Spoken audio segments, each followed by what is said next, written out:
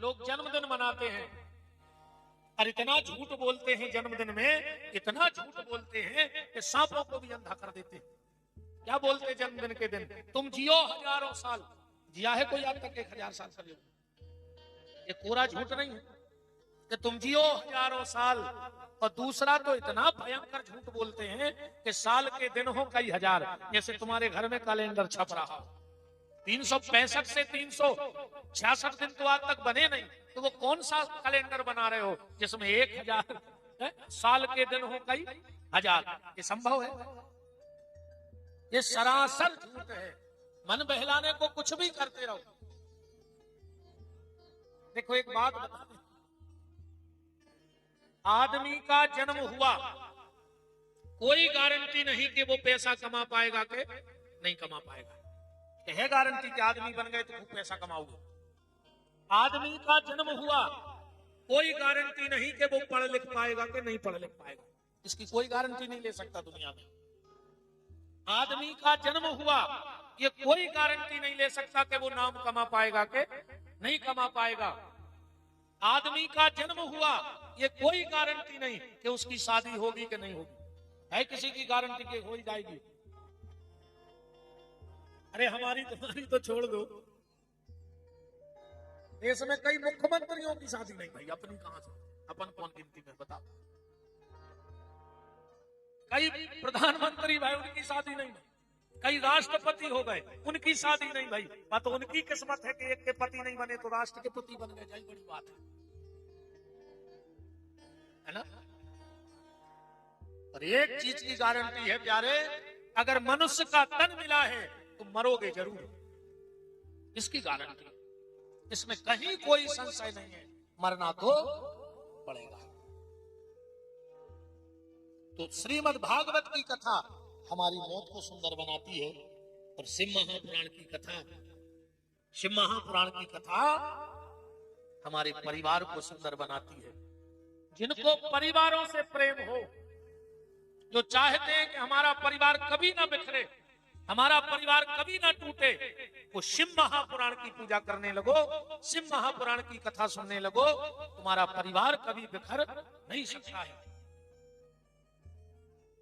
Shiv Mahapuran family management का ग्रंथ है। सीधी अपनी फैमिली को कैसे मैनेज करना है, ये शिव महापुराण से अच्छा आपको दुनिया में कोई नहीं बता सकता है।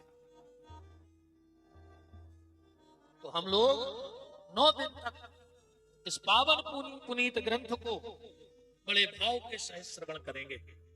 भागवत में 18,000 श्लोक हैं, श्री शिव महापुराण में 24,000 श्लोक हैं। शिव महापुराण में कितने श्लोक हैं? 24,000। अभी आप आरती में सुन रहे थे, 24,000 श्लोकों का सार यह पावन ग्रंथ कहा है। उसमें 24,000 श्लोक हैं। भागवत में है स्कंद, महाभारत में है पर्व, और इसमें है संहिताएं। या ये कहें कि 7 चैप्टर हैं, 7 संहिताएं हैं। इनमें पहली संहिता का नाम है बिंदेश्वरी संहिता, दूसरी संहिता का नाम है रुद्र संहिता, तीसरी संहिता का नाम है शतरुद्र संहिता, चौथी का नाम है कोटि रुद्र संहिता, पांचवी का नाम है उमा संहिता, छठवीं का नाम है कैलाश संहिता, और 7वीं का नाम है वायु संहिता। इन 7 संहिताओं से ये शिव महापुराण बना। इस शिव महापुराण को किसने बोला? सबसे पहली बार भगवान शंकर ने इस ग्रंथ को नंदीश्वर को सुनाया था। नंदीश्वर ने यह ग्रंथ शिव महापुराण कार्तिकेय जी को कहा था। कार्तिकेय जी ने यह शिव महापुराण सोनक ऋषियों को, सनकादिक ऋषियों को कहा।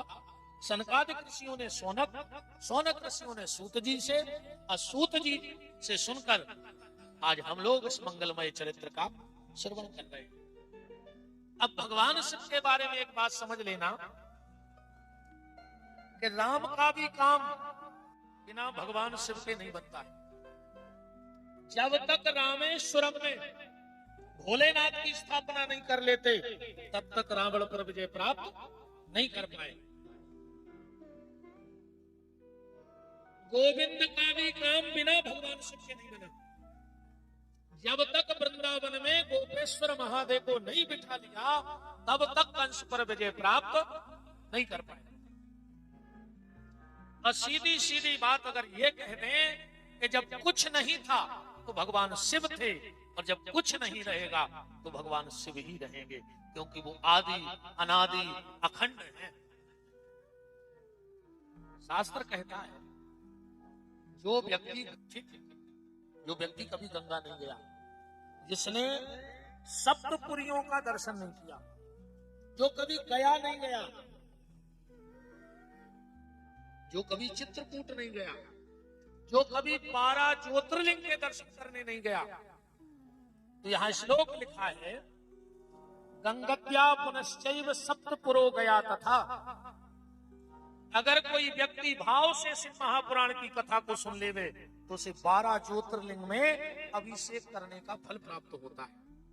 12 ज्योतिर्लिंग,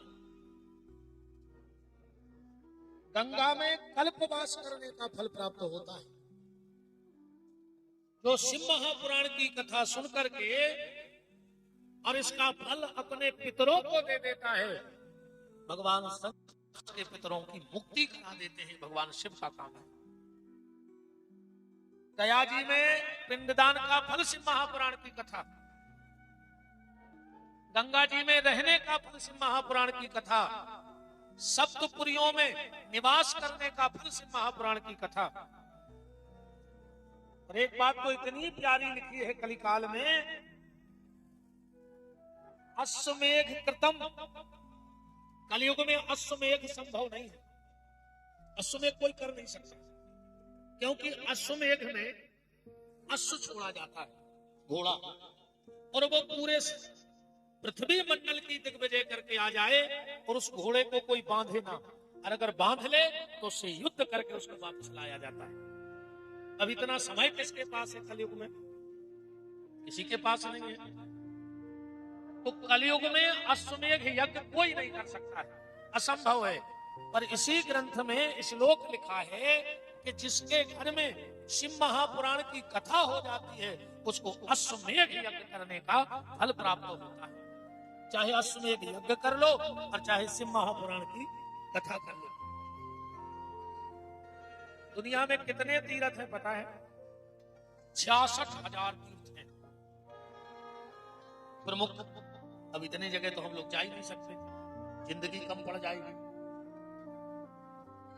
तो दुनिया के चाहे सारे तीर्थ कर लो और चाहे बैठ करके शिव महापुराण की कथा सुन लो।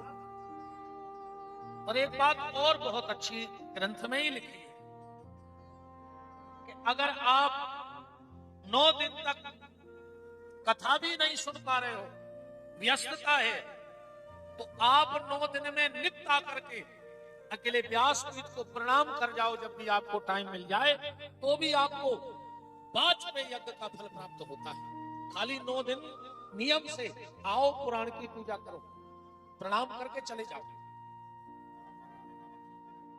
आज पहला दिन है तो हम सिर्फ आपको एक बात बता दें, क्योंकि आज से श्रावण चालू हो गया है। और इस बात का विशेष ध्यान से सुनना, बेलपत्र कैसे भगवान शंकर को चढ़ाएं। और एक उपाय कर लो, 1 महीने जो हम बताने वाले हैं, 1 महीने तक आज से ही प्रारंभ कर देना। अगर घर में गंगा जल रखा हो तो रात में 5 पत्ते बेलपत्र के गंगा जल में डुबो दो। रात भर वो 5 पत्ते बेलपत्र के गंगा जल में डूबे रहने दो। सुबह उठो और उन 5 पत्तों को निकालना और उन पे राम राम लिख करके 1 महीने तक नित्य भगवान शंकर को चढ़ा दो। तुम्हारी ऐसी कोई कामना नहीं जो भगवान भोलेनाथ पूरी न कर दे, क्योंकि भगवान भोलेनाथ से अवगणदानी देवता कोई दूसरा नहीं।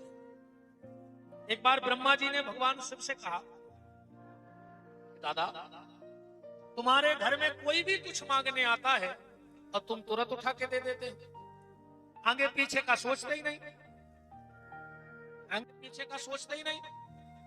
तो शिव जी बोले, तुम्हें क्या दिक्कत है? हमारे घर से लगत तो हमारी लगती है, तुम्हें क्या दिक्कत? हम तुमसे उधार लेके तो देते नहीं।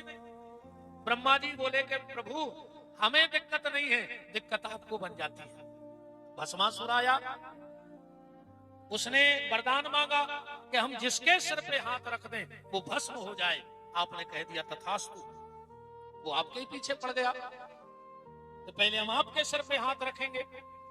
वरदान नकली है क्या असली है? तो तुम आपके पेड़ में छुपे रहे।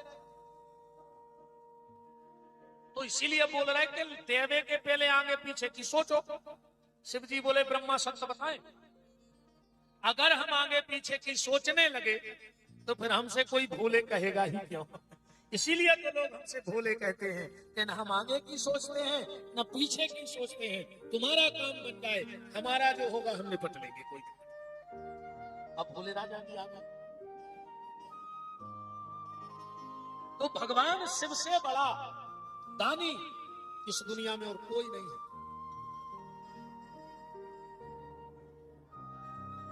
एक महीने तक आप सिर्फ गंगा जल में रात भर पत्ता डूबा रहेंगे, 2 बेलपत्र का, और तीनों पत्तों पर एक राम राम, तीनों पत्तों पर, और चढ़ा के देख लो। अगर आप को कई श्रावण आपके निकल गए होंगे, इस बार इतना करके देख लो। अगर आपको ऐसा ना लगे कि हमें कुछ फायदा नहीं हुआ, तो हम ज्यादा दूर के तो है नहीं। ऐसा भी नहीं हम किसी को मिलते नहीं। आप श्रावण के बाद किसी भी कथा में खड़े होकर कहे नाम से तो पंडित जी आपने बताया था, हमने नियमित किया और हमें कोई फायदा नहीं लगा। एक एक चीज बड़ी सोचने वाली है, एक एक चीज। और दूसरी बात आज ये समझ लेना, कभी भी भूलकर सीधा बेलपत्र भगवान शिव की पिंडी पे मत चढ़ाना। जो सीधा बेलपत्र ले जाकर भगवान शिव की पिंडी पे रख देता है, उसकी और उसके परिवार की बुद्धि चंडालों जैसी हो जाती है। आज दिन रात हम लोग पूजा कर रहे हैं पर चिड़चिड़ाहट रही है कि नहीं? सुधार तो कुछ हो नहीं रहा है।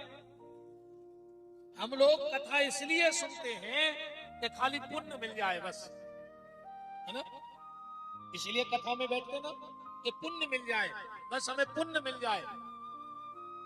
ऐसी कोई दुकान है आप लोगों की नजर में जहां पुण्य मिलता हो? 1-2 लाख रुपए किलो मिलता हो, करोड़ रुपए किलो मिलता हो? कथा पुण्य के लिए मत सुनो, कथा सुनो परिवर्तन के लिए, जीवन के रूपांतरण के लिए, जीवन में बदलाव के लिए। जब हमने कथा सुनी है तो कुछ ना कुछ ग्रहण करेंगे। रूपांतरण होना चाहिए जीवन का। आधे से ज्यादा लोग इसलिए कथा सुनते हैं कि पुण्य मिल जाए, आधे से ज्यादा लोग कथा सुनते हैं निपटाने के लिए। हाँ, अब 9 दिन में कुछ लोग हमें निपटाने आएंगे जो हमें जानते होंगे। बोले काहे? अब बोले विपिन बिहारी की कथा हो रही है, एक दिन उनको तो निपटा ही आए। कथा था नहीं सुनने, कछुआ पोरों को निपटावे आए। देखो जेको परिचित हुई है। बोले काहे? बोले भैया तो मंत्री जी की कथा हो रही थी, बड़े बच्चा कथा करवा रहे विद्रोह तो जाने यहाँ निपटाया है ना? जय के अपन भी जात कहूँ जात कई काय कहने लगे यार इस जगह भागवत को काटा तो निपटा दीजिए। आज कथा नहीं सुनते, निपटाउने हैं। कथा इसलिए मत सुनो, कथा इसलिए सुनो एक बात भी अगर कथा की हमारे जीवन में उतर गई, ये बहुत बड़ी बात नहीं कि आप कितना जानते हो, कोई बड़ी बात नहीं आप कितना जानते हो। बड़ी बात तो ये है कि आप कितना मानते हो। पूरी रामायण कंठस्थ करने से कुछ नहीं होगा। आप रामायण की आधी चौपाई पे चल भर को जाओ, आप महापुराण पूरा सुन लो, क्या होगा उससे? अगर इसका एक शब्द भी आपने जीवन में उतार लिया तो बेड़ा पार हो जाएगा। सिर्फ एक शब्द, ग्रंथ तो बहुत बड़ा है, 24,000 श्लोक है।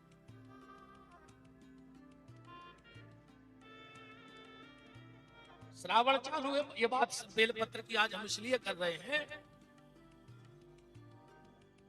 5 पत्ते नित्य चढ़ाना भगवान शंकर को, गंगा जल में रात में डुबोना, सुबह निकालना, साफ कपड़े से उनको साफ करना, एक एक नाम एक एक पत्ते पे लिखना।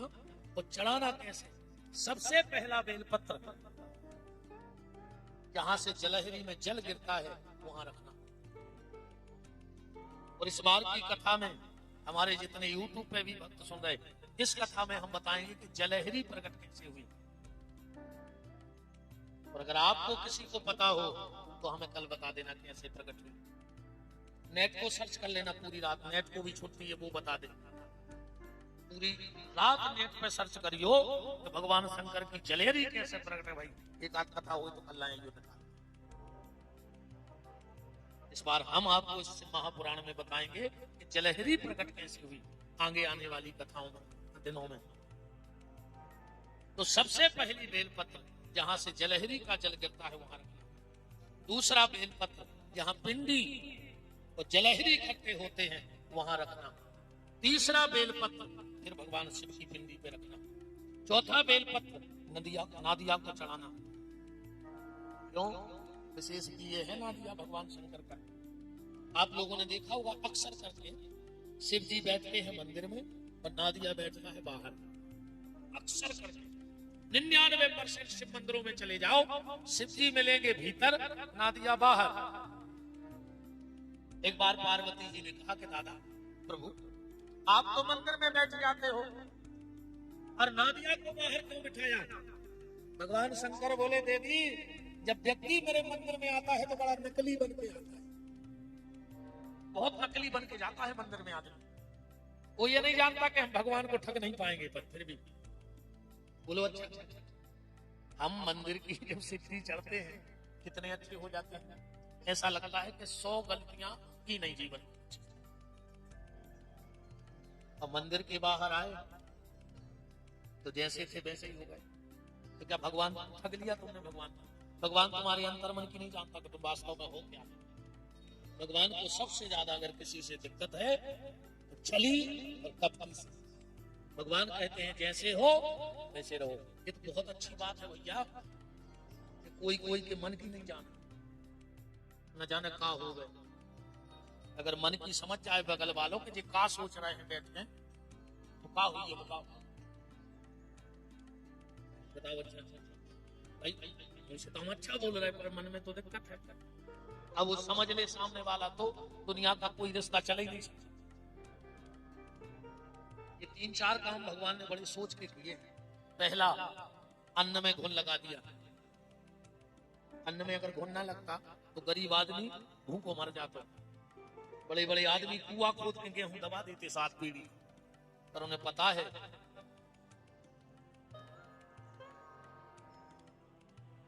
उनको पता है कि 2-3 साल में उन्हें कीड़ा लग के खराब हो जाए, भूसा बन जाए, इसे भी बेच लेते, गड़ा के रख देते सोने जैसे। दूसरा काम ईश्वर ने अच्छा किया कि मरने के बाद मुर्दे में बदबू भर दी। अगर मुर्दे में बदबू ना होती तो आदमी सुखा के शोकेस में रख ले। तो जैसे आज के बच्चा टेडी बियर रखते हैं, ऐसे हर घर में 10-12 बप्पा, 10-12 लोग में धरी होती। ये 6 नंबर के बप्पा जी, 7 नंबर के जी, 8 नंबर के, पर वो तो बदबू में तो बाहर। और तीसरा काम अच्छा कर दिया कि कोई किसी के मन की नहीं जानता। ईमानदारी बताओ भाई, अच्छी ठंड लगे है और 2 बजे रात में तो मेहमान आ जाए 2 गाड़ी भर के, जब भी घंटी बजे अपन गेट खोल भी दे। कैसे करा था मैं? अरे बहुत अच्छा लगा, हम सोच ही रहे थे कि तुम्हें फोन लगे, याद भी आ रही थी 2-3 दिन से। भीतर वालों कह रहा आधी रात में मरी मैं खुद सो रहा है ना, हम सो पर बा नहीं जान पा रहा हूं मैं। बात सिर्फ ये है प्यारे कि भगवान को छली कपटी पसंद नहीं है। तो पार्वती जी ने पूछा भोलेनाथ आप बाहर भीतर बैठे हो और नादिया को बाहर बिठाया। भगवान शंकर बोले देवी आदमी जब गर्भगृह में भीतर जाता है तो नकली बन के आता है, पर जैसे ही बाहर आया तो असली रूप में आ जाता है। फिर शाम को हम नादिया से पूछते हैं बताओ कौन कैसा था? वो तो बहुत अच्छा था भीतर। तो नादिया कहते हैं भोलेनाथ वो 1 नंबर को कपटी है तो वो भीतर बनाएगा, तो बाहर हमसे पूछोगी। मंदिर के बाहर की हालत तो विशेष भी है। एक बात और है, कई बार आप लोगों ने भी देखा होगा हर आदमी नादिया के कान में कछु बोलता है, हर आदमी की आदत है, पर आज तक पता नहीं कि बोलना क्या है। तो जिस दिन तुम्हें यह पता लग जाएगा कि नादिया के कान में बोलना क्या है, 24 घंटे नहीं लगेंगे। मैं इस व्यास गद्दी से आपको विश्वास दिलाता हूं आपका काम हो जाएगा। 24 घंटे नहीं लगेंगे, बस तुम्हें यह पता लग जाए कि नादिया के कान में बोलना क्या है, तो तुम्हारा संदेश। इनकी बात टल नहीं सकती। सती की सबसे पहले पतिव्रता नारी की आवाज भगवान तक जाती है, चाहे वो किसी को आशीर्वाद दे दे और चाहे किसी से रुष्ट हो जाए, तो दंड भी उनसे बराबर।